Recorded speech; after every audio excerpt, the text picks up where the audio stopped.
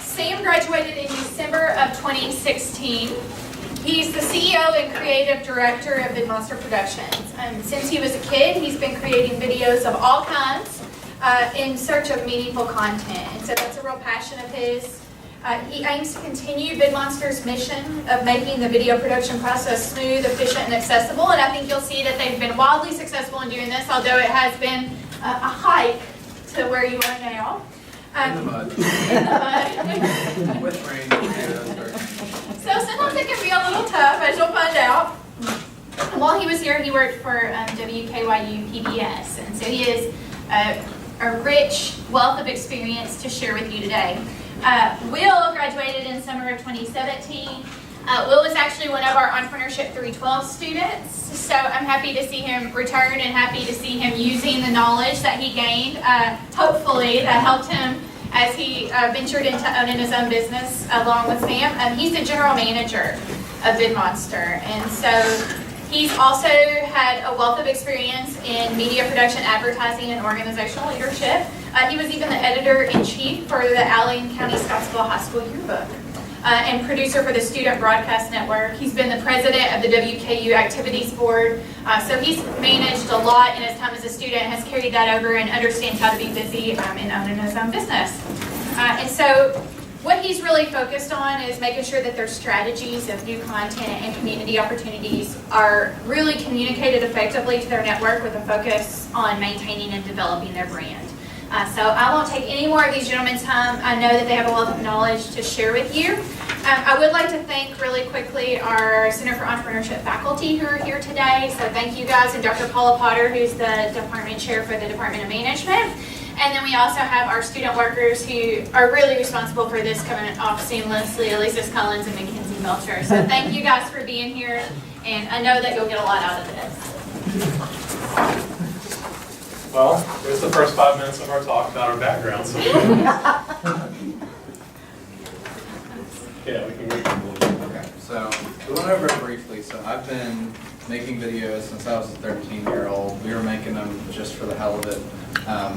With each other, mainly because at that point everybody wanted to be a YouTube star, and I think there's still a little bit of that there, but we were making those. Over time, those evolved kind of into short films and fun, and then professional work, and I worked at PBS, and was freelancing and trying to find bigger work there until I met Will doing freelancing. Yeah, so interestingly, I say Sam is a Yankee. He's from Florence, Kentucky, northern Kentucky. The North. And I'm from southern Kentucky, a mile away from Tennessee, Scottsville. We met here at lovely WKU. We were fraternity brothers in Phi Sigma Pi. So that's how we met. We hated each other at first. We were both very stubborn. We spent about a year hating each other before we started hanging out more. And hanging out more and being friends turned into working together more, and we were freelancing. And then one day, actually, while I was on vacation, Sam leased a office, and so I said, I guess we're a business now. Whoops. And so Whitney Peak was one of my first phone calls about, okay, we're in business now, what do I need to do to manage my risk? I had a list of things like licensing and insurance and trademarks and all this, and I called her, and one of the very first things we had to do was prioritize those business drivers and put things in the proper order to get things done as efficiently as we can. So that's a little about how we got started, unless you have something else. With all of that effort, we've been in business now since August of 2016, so we're about 2 years and 4 months now. So if you want to go to the next slide. In that short period of time, we produced, looking at our Vimeo channel, over 700 videos in a 2.5-year time span. And then we've got a reel here that's a sample of our work, as well as some of our affiliations. Just a little taste.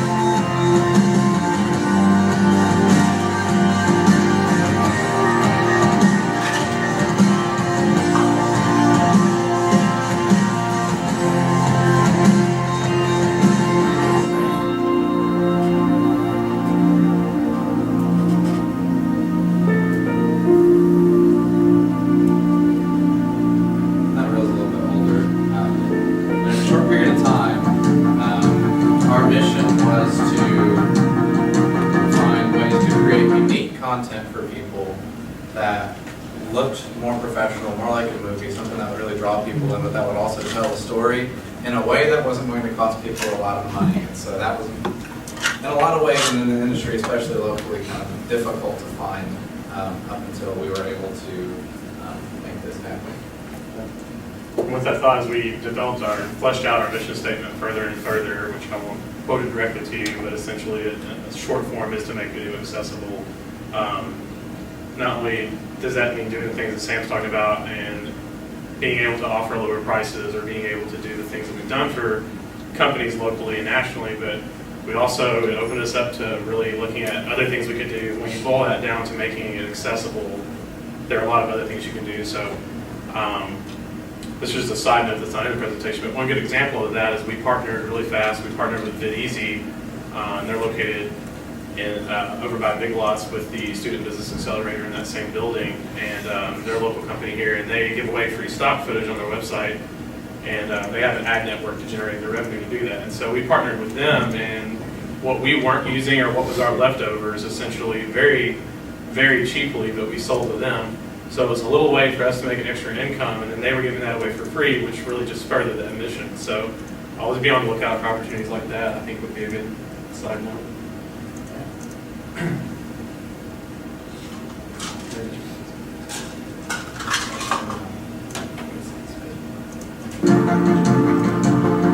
Music break. Okay. So this is a long video, so we won't watch it today unless somebody wants. We can send it. We can send a link if you want to see it after the. Yeah. So you can see these are just our reviews, screenshots from Facebook, Google, from some of the clients we've had over the past 2 years. I think we have something like 35 reviews right now on Facebook, 5-star all the way. So yay. It's difficult to do, especially video production is not like, it's not a widget you go and buy. Like, it's not like this cup. I bought a cup with ice in it. Like, it's living, breathing, it changes over time, and selling a service for that reason is sometimes a little bit more difficult. So to be able to do that with a service business, we feel like is an extra bit of a feat. And then these are some of our clients and people we work with. This could use some updating too, actually. We've gotten to work with some really cool people here recently. Like, I drive a Cadillac, and as luck had it, GM started manufacturing the motors for Cadillac. And so their ad agency decided they wanted to shoot the spot here locally and feature the GM plant. And so my car actually got to be used in a Cadillac commercial, although you won't see it. It was pretty cool for me as someone that likes that brand. I've always been a fan of their brand and their advertisements and their cars. So, we've worked with 166 plus and growing unique clients. We've had 46 of them come back regularly for work. And something we really started focusing on this year was focusing more on not just doing one-off projects, but developing relationships with people and pitching year-long packages and retainers in which they pay us a lump sum in exchange for hours to do multiple projects throughout the year. It saves them money that way. Saves them money. It really helps our cash flow, which we'll talk about in a little bit. And then you can see that at the time we made this, we had worked with or are working with 11 plus marketing agencies locally and nationally. And that's also continued to grow, and that's a big part of our strategy that we'll get into.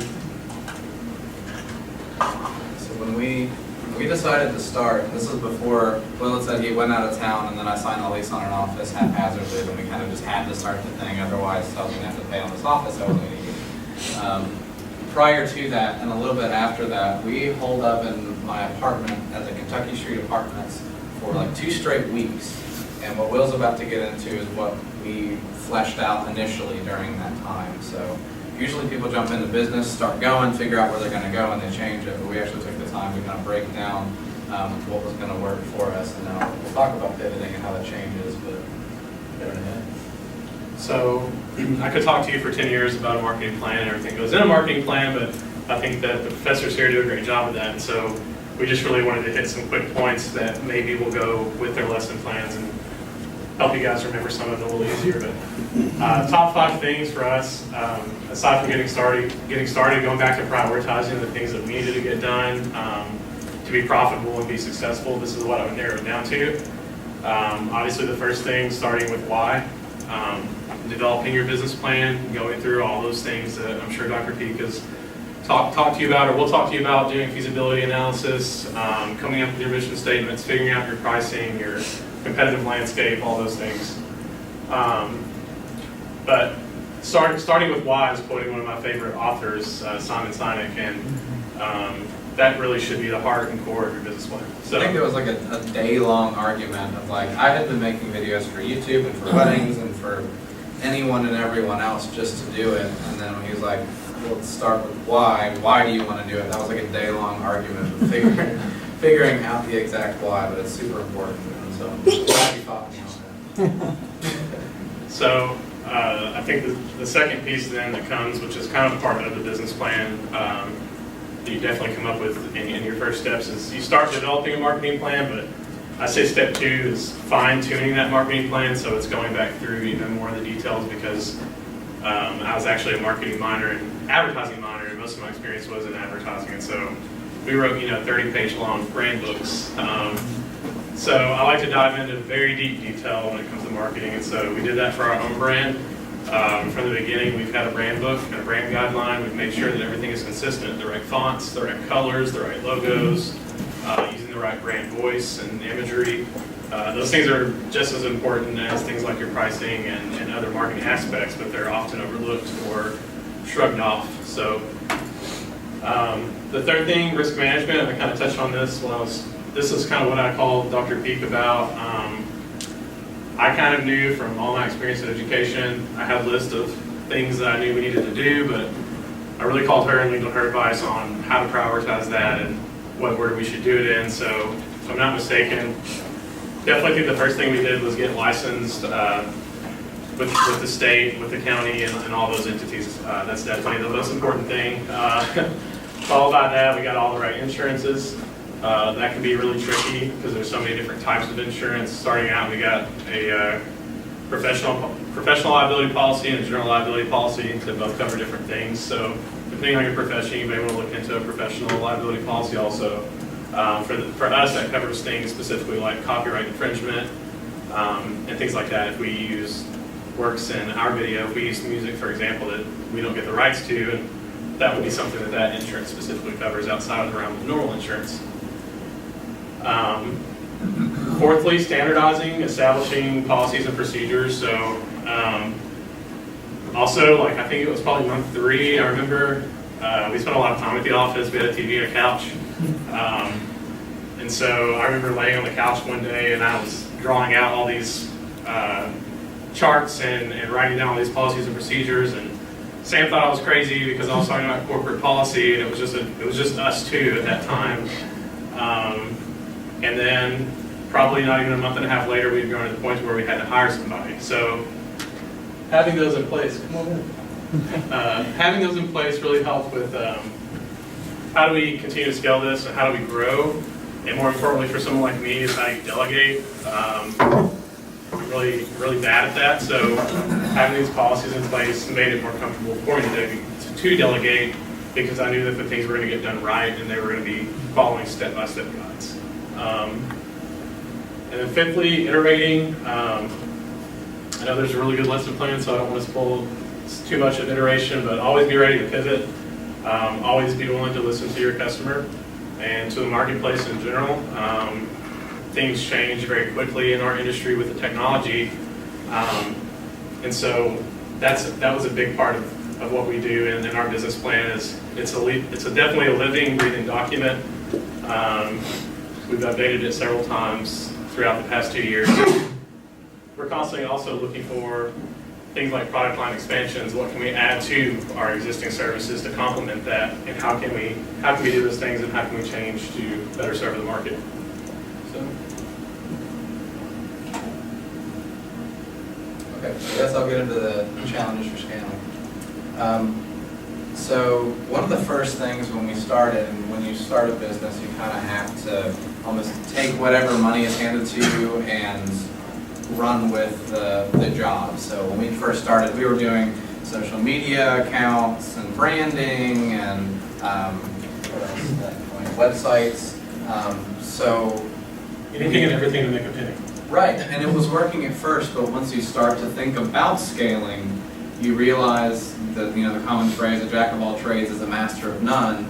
We needed to focus specifically on, number one, what was in the name, but number two, what we figured out how to drive the most profit with, and what we're best at doing. So it's repeatable, and so that the policies and procedures, just to go back on that, if we were doing all of those different services, the policies and procedures would be 5 times long. There'd be 5 different types of services and the way we service those clients, as opposed to just focusing on that. The second.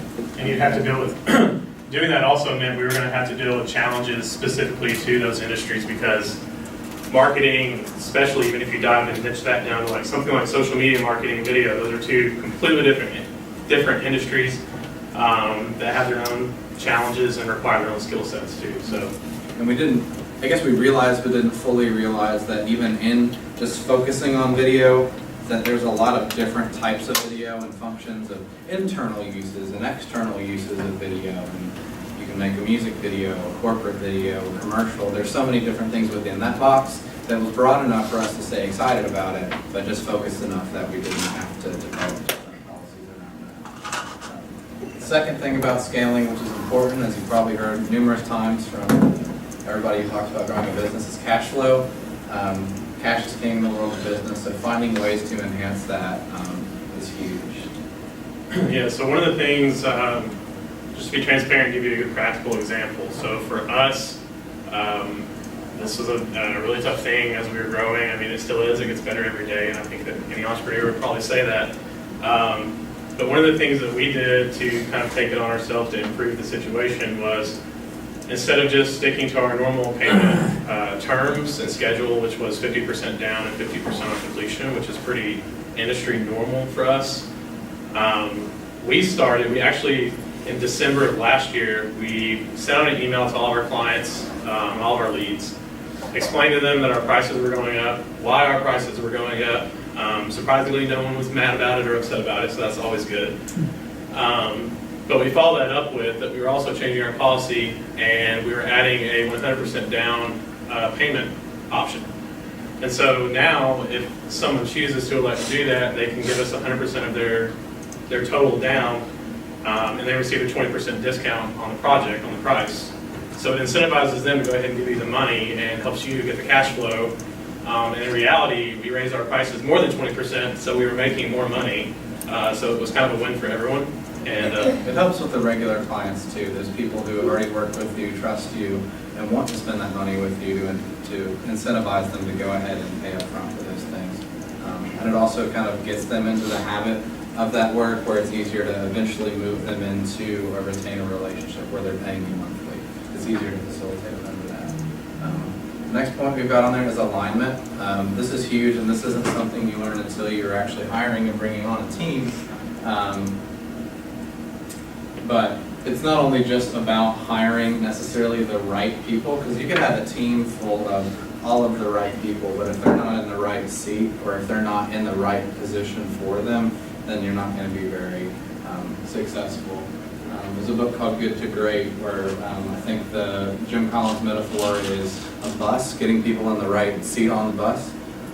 So to be able to, like for example, if you had a room of a doctor, a lawyer, and a politician, and there was a doctor, a lawyer, and a politician's seat, and they were all sitting in different seats, and nobody will get the right thing done. So putting people in the right position to do what they're best at is key. And also personality types are big into that. I know when we were first hiring a team, Will really dug into personality assessments and things like that to see how people would work together. Also, a good quote that one of my mentors told me was, hire slow and fire fast. So keep that in mind. And being younger entrepreneurs, and a lot of our employees, past and present, are also younger, that part was a little more challenging. Especially in one instance, we did have someone that I went to school with and was a friend with, and on paper was very qualified, that did not work out. So it's not always easy, but at the end of the day, it's business. And so you have to make sure that when you're hiring someone, that you're able to draw that line and keep your professional things professional and your friendship and that kind of relationship separate.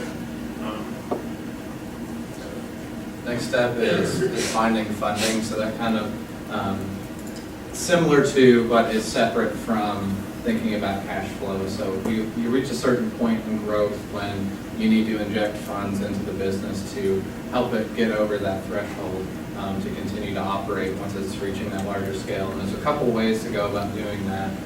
There's equity capital, debt capital, and then there are other alternative ways of doing that.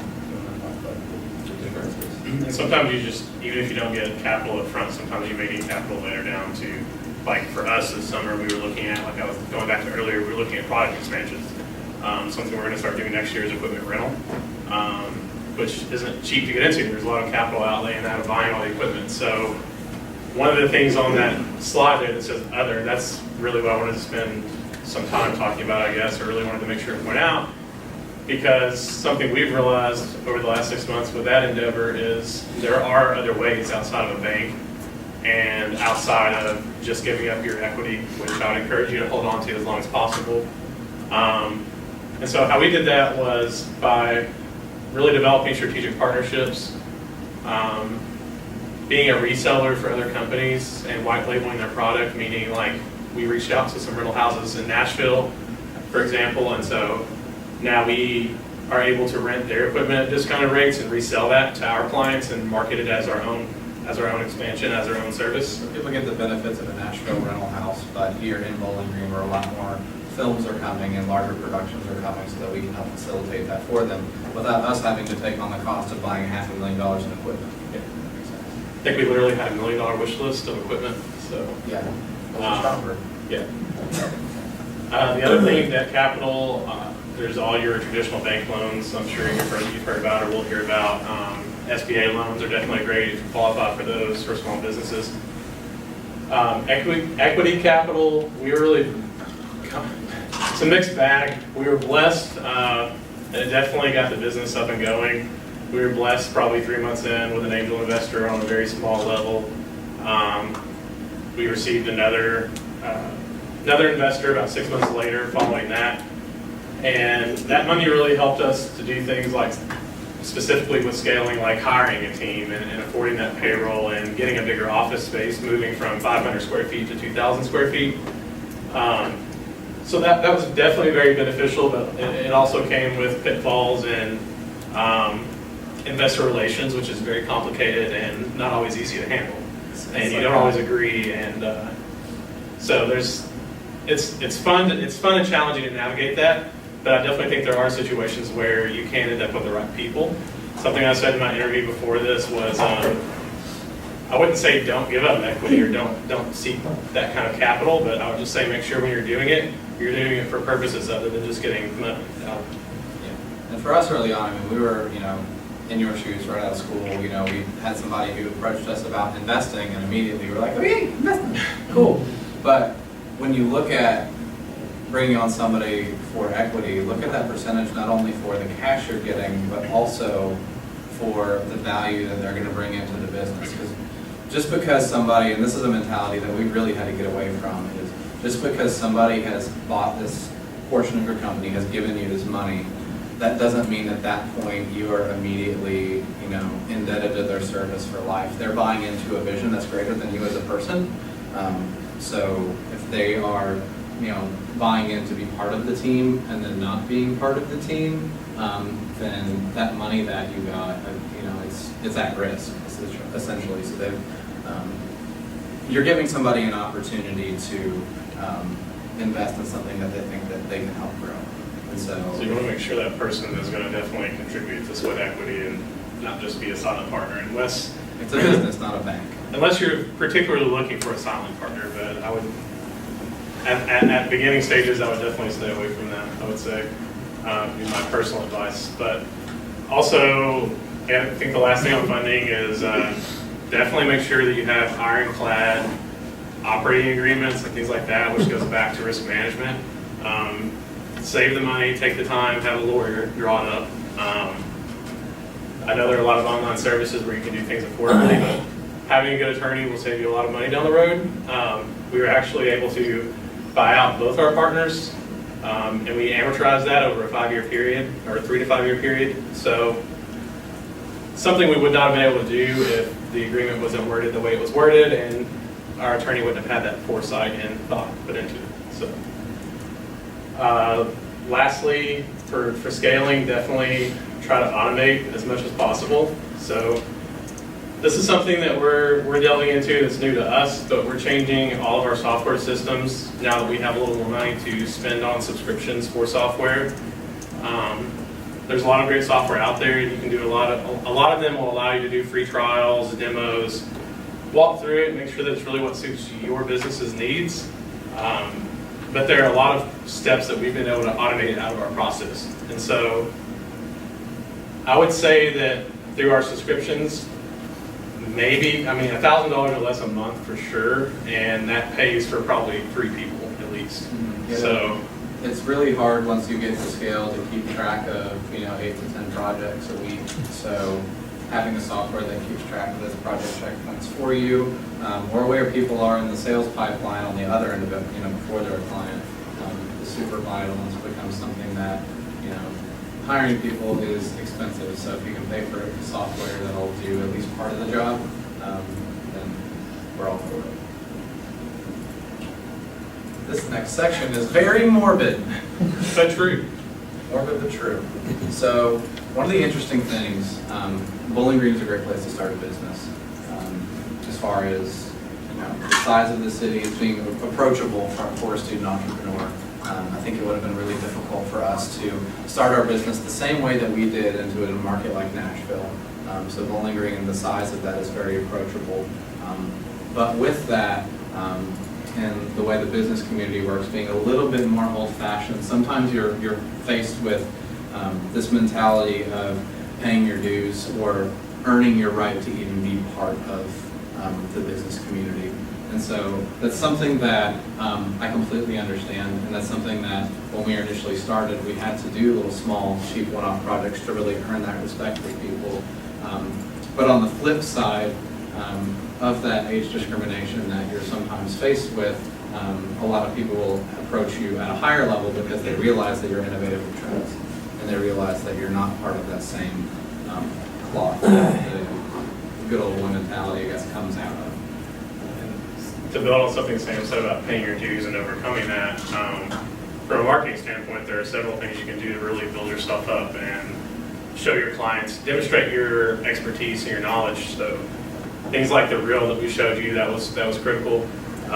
Entering as many competitions as you can feasibly do.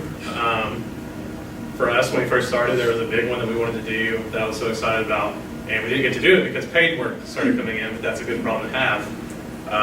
But as many as you can do. Like Dr. Peak said last night, we won 4 awards from the Marquis, the Professional Marketing Association, including Best of Show. And it's things like having those awards for our, just had a brag in it, but it's things like having awards that stand out to clients when they see our age, that demonstrate that, we might be young, but we know what we're doing. I actually had a thought. So over the trophy shelf, we're going to put a sign that says "Our Dues." Another thing to expect, like I said, this whole section is kind of negative, but it's conflict. So Will had mentioned with previously hiring somebody who was a friend, that's kind of a no number one. But you're going to deal with conflict, and there are times when, Will and I were friends before starting the business, and we've had knockout, drag out arguments about the business, but realize that it's not ever personal. It's about the life of the business. It becomes something on its own. It's like having a baby with somebody. So you have to nurture the baby, you have to feed the baby, you have to take care of it. And if something's not being done right for the baby, then you best stand up for the baby, essentially. So conflict is bound to happen, and expect it, but don't take it personally. Bootstrapping, so being young entrepreneurs, I would say, like for us at least, access to capital, going back to that, or to funding, was probably the most difficult thing we've had to overcome. Really hard to get bank loans for our personal situation, even hard to get SBA loans. Once we got to the point of getting our equity back, we sure as heck didn't want to give it over again to anyone else. So the whole way through this, and for the longest time, even before the investment, really anything and every problem we had, we've just had to bootstrap it. And and spend the time, like when we leave here, we're going back to work. So, not to be the same set morbid, but before this, when we were talking to Dr. P, she made a good point that even though these may sound negative, I wouldn't have it any other way. In saying this, we're just trying to prepare you guys for the reality of if you're going to do this, what to expect. So. And then bootstrapping, and what that essentially means is making your way there and reaching your capital needs by sales alone. So there have been times when it's been like, all right, if we're going to carry on with this business the way we need to, or expand these new things, we're going to have to sell like crazy, and immediately we'll have to come up with a promotion and run that and really hustle it just to reach those goals. So it's the hardest route, but it's the route with the least debt, with the least worry on the back end. And it means doing everyone's favorite thing, cold calling. Cold calls. Do we get the 24/7? Yeah. Okay. Cool. So what not to expect, 100% satisfaction. Not every client will be your client or will be your favorite. I mean, kind of hitting on that note, in one of my B2B classes with Dr. Hawkins, I don't know if he's still around here yet. So he had a slide on one of his PowerPoints, and way before the elections, he had a picture of Donald Trump, and it said, "You're fired." And the whole slide was about firing clients. And not being afraid of firing clients if they're not profitable clients. So don't be afraid of that. You may find out that not every partnership is meant to be. I think I've used that line in a couple of emails and directed clients to other providers that I thought would better suit them. So it's really hard to, I mean, when you're working with that many people, and especially if you think you're working with X amount of people over X amount of years, it's impossible to make 100% of people happy. I mean, how many of you have liked or gotten along with every single person you've ever met ever? Right? Nobody. So same deal, just in business. The next point being, don't expect overnight success. You've probably already seen this whole idea or phrase torn down in articles and everything online, but overnight successes are not necessarily a thing. Most of those are at least 5 to 6 years in the making and take years and years of hard labor and effort. So there's definitely a tipping point and there's a payoff point, and when you get there. But at the same time, the idea of an overnight success isn't really something that is feasible or realistic. Payday. So your personal expenditures.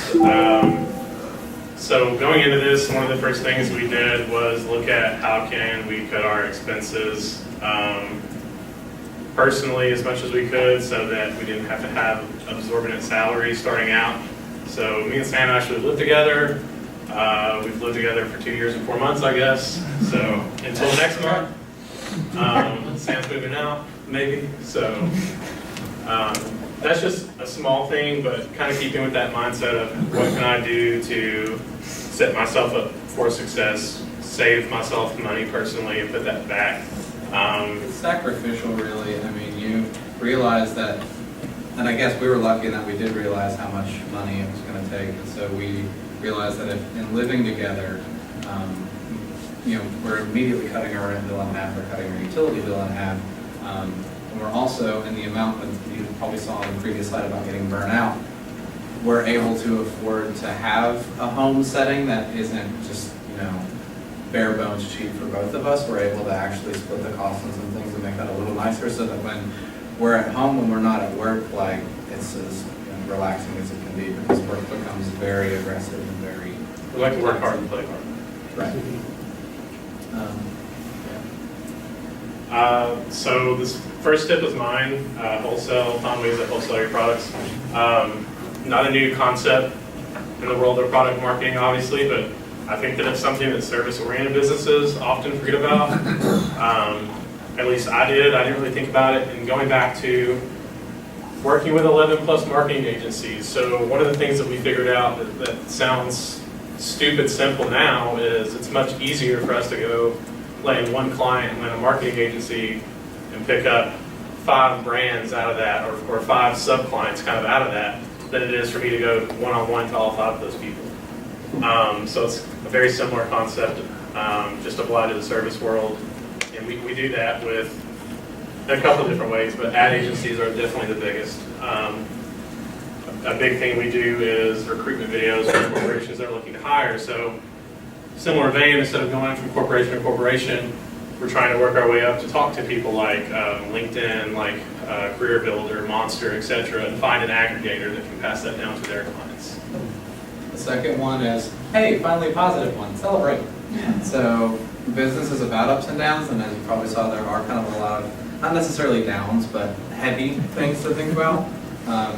So when you do have those wins, cherishing those and making those exciting for yourself and for your employees is important. So, I mean, there'll be times when sales need to come in and you're just pushing and pushing against a wall, and it'll be weeks and you won't hear anything. And then all of a sudden, out of nowhere, you know, the phones will start ringing, and you have to live it up. You have to. That's what you live for. You don't, you know, continue to put in and then not enjoy what comes out. Otherwise, you get really burnt out and disconnect. Having an exit strategy. So obviously we love what we do, but from the very beginning we've thought about what is the exit strategy, how long do we want to do this. We have been approached by several people from very large, I would venture to say Fortune 200 companies acquire about buying us, and we've also had local businesses acquire about buying us, and those deals are all different, obviously, and it's not really part of our exit strategy at this point to do that, but that really got us started thinking early on, and as we've gone even more about what is our exit strategy, when do we want to leave, realistically, how long do we want to be doing this, do we have other business ideas that we could take that money and invest into new ideas. So definitely keep that front of mind even from the beginning. And plan for that as you go. Don't just let it happen. So it's also not a morbid thing. I mean, having an exit strategy, realizing that what you're going to get out of entrepreneurship isn't just creating a job for yourself. I mean, in a short time span, you're going to learn so much. And so to have an exit strategy and to know that you're not just creating something that may or may not be successful, but you're taking something with you every single day, I think having an exit strategy is just a way to affirm that, to secure that. Lastly, never stop learning. I'm an avid lifelong learner. I spend a good amount of money making sure that I get to go to professional conferences and that my employees get to go to professional conferences. We go to South by Southwest every year, for example. That's really important for a lot of reasons. Learning out of necessity is that first sub-point up there. I will admit there are times that somebody has called about a project and been like, hey, can you do so-and-so? And I have entirely no idea how to do such and such. But yeah, then I look at the bank balance and I'm like, yeah, of course I can do that. And then you figure it out.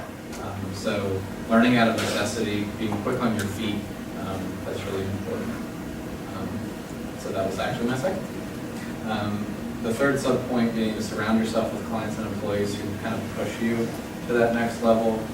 As Will said, that we initially did not like each other and have butted heads along the way, but that's not a bad thing. I think if you have a business partner who 100% agrees with you the whole time, then you're both going down the wrong path as opposed to guiding each other towards the right direction.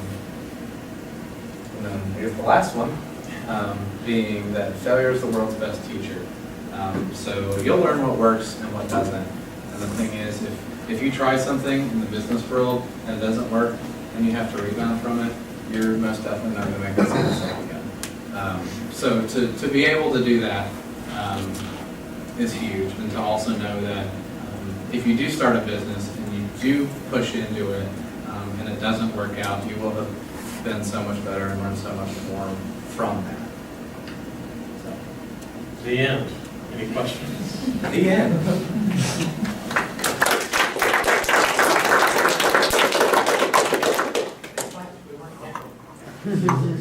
Yes. What's one thing you wish someone had told you ahead of time? Well, what I said when they videoed me earlier, I think we were almost so like glassy-eyed getting into it that like we knew it was going to take a lot of effort and we're pushing to it, but we weren't necessarily thinking about how that was going to feel or what sort of toll that would take physically, mentally, all of that. So the only thing I wish I had known is that when you're working constantly, it feels like you're sprinting, but when it's years at a time, you start to think of it on a larger scale, it's more of a marathon. It's how you pace yourself. I wish I would have been told that earlier on. I would say mine goes back to the whole equity thing, and